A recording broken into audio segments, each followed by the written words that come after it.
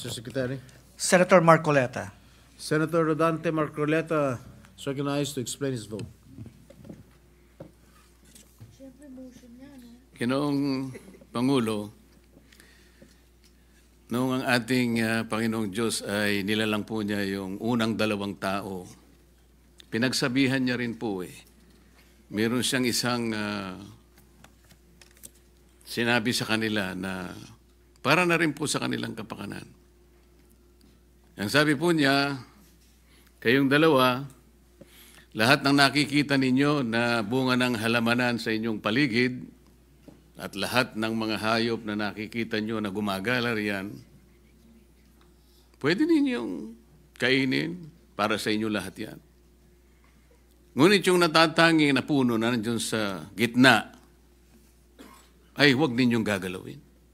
Matatag po ang kabawalan ng ating Panginoon Diyos.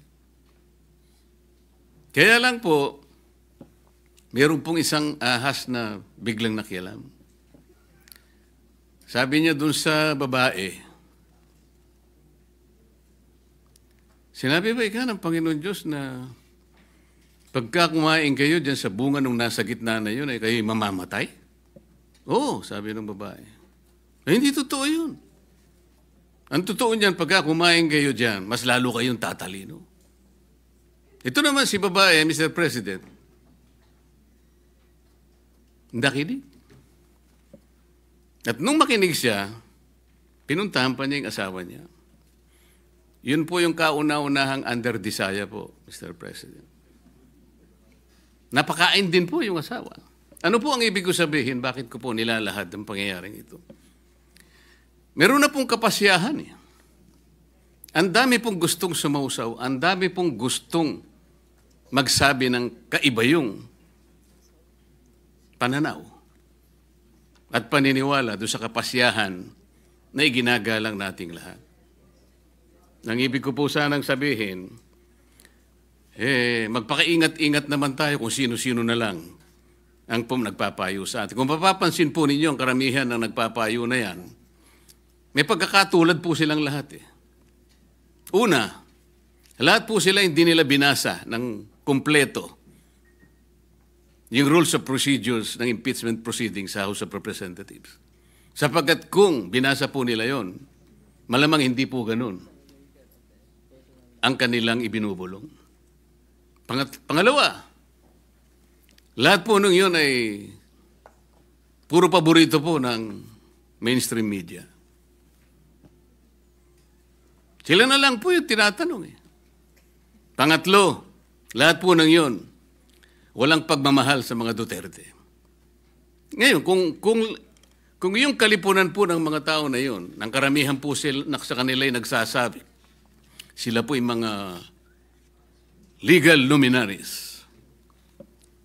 Tingin ko po sa kanila, yung iba ay legal mercenaries, Sir President. With all due respect to the word.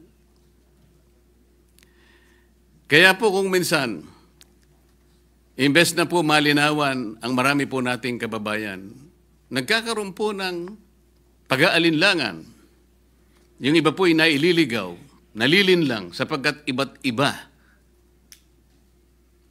Kaiba yung mga paniniwala, pinipilit at gustong ipilit na yung pa yung mananaig kesa dusang kapasyahan na po na ibinaba ng Korte Suprema. Kung sa bagay nga po, sa una ko pong paghalimbawa, Panginoon Diyos na nga po yun Kinontra pa ng ahas Ginoong Pangulo, sa mga abogado po, palaging may biruan Kasi po, sa lahat ng pagdidiskusyon ng ating korte, lalong-lalo na po ang kataas-taasang hukuman, hindi naman po lahat ay agreeable. Merong partidong aggrieved siya, merong partidong masaya siya. Ngunit, sa katapos-tapusan wala po tayong magagawa kundi tanggapin ang kapasyahan. Minsan po sinasabi nga natin kahit pabiro, alam mo ninyo basta desisyon ng Korte Suprema ay nagiging bahagi ng ating mga batas, maliman o tama. Yun po ay nasa Article 8 Civil Code na binanggit na po kanina ni Senator Bato. Nang sinasabi po, judicial decisions applying or interpreting the laws on the Constitution shall form part of the legal system of the Philippines. Wala na po tayong magagawa doon. Batas na po yun eh. Sa akin pong naunang talumpati kanina, Ginoong Pangulo, hindi ko na po ulitin.